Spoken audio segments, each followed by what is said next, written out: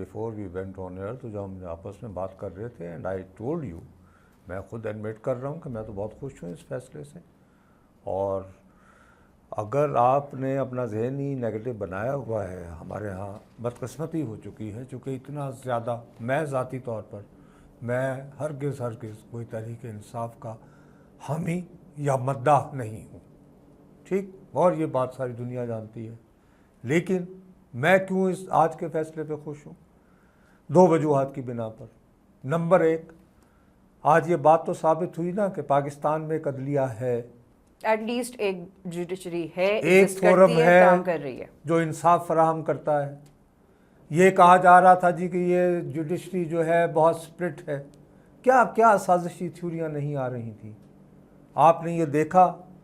ٹھیک ہے 8-5 کا ڈفرنس آیا ہے, لیکن وہ 8-5 کا ڈفرنس کے باوجود تمام آنریبل ججز جو ہیں جن باتوں پہ وہ اتفاق کر رہے ہیں ان پر آپ لوگ غور نہیں کر رہے ہیں. نمبر 1 کہ الیکشن کمیشن کی یہ تشریح غلط تھی کہ جو لوگ اپنے آپ کو ڈکلیئر کر رہے ہیں کہ جی ہم پی ٹی آئی کے ہیں اور وہ الیکٹ ہو کے آتے ہیں اور آپ انہیں آزاد قرار دینے والے کون وہ ہیں؟ پارٹی کے ہے ہی نہیں, وہ ہے ہی انڈیپینڈنٹ کینڈیڈیٹس, ان کو ریکگنائز ہی نہیں کیا گیا. اب یہ بات جو ہے یہ تو خود اختلاف کرنے والے 5 آنریبل ججز جو ہیں وہ بنیادی طور پر جو انہوں نے فیصلہ آخر میں پڑھ کے سنایا چیف جسٹس صاحب نے, اس میں وہ کہہ رہے ہیں کہ بھائی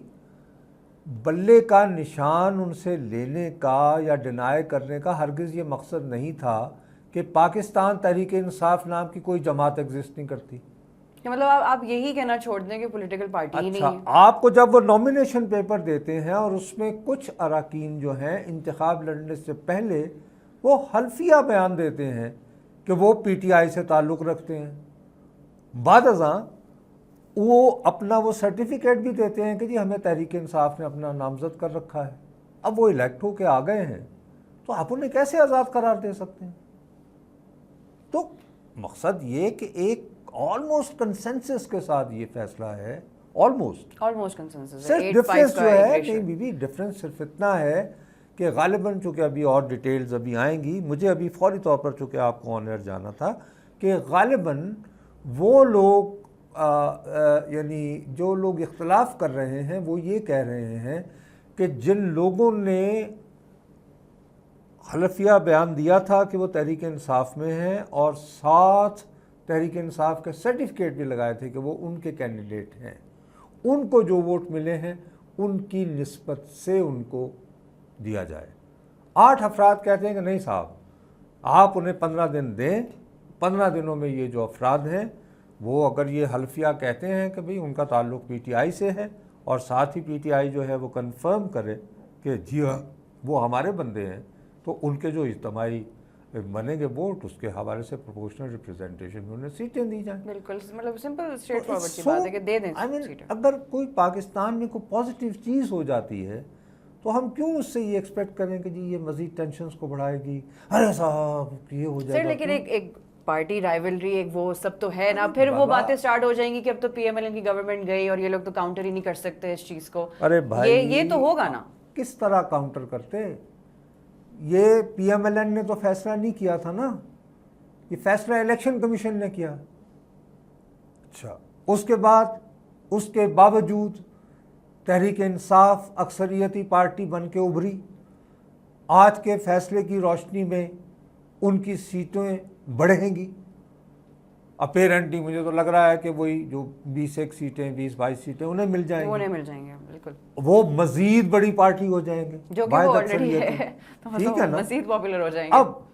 نہیں بی اس میں پاپولیرٹی کی بات نہیں ہے, خدا کے لیے یہ دیکھیں کہ قومی اسمبلی میں آپ کی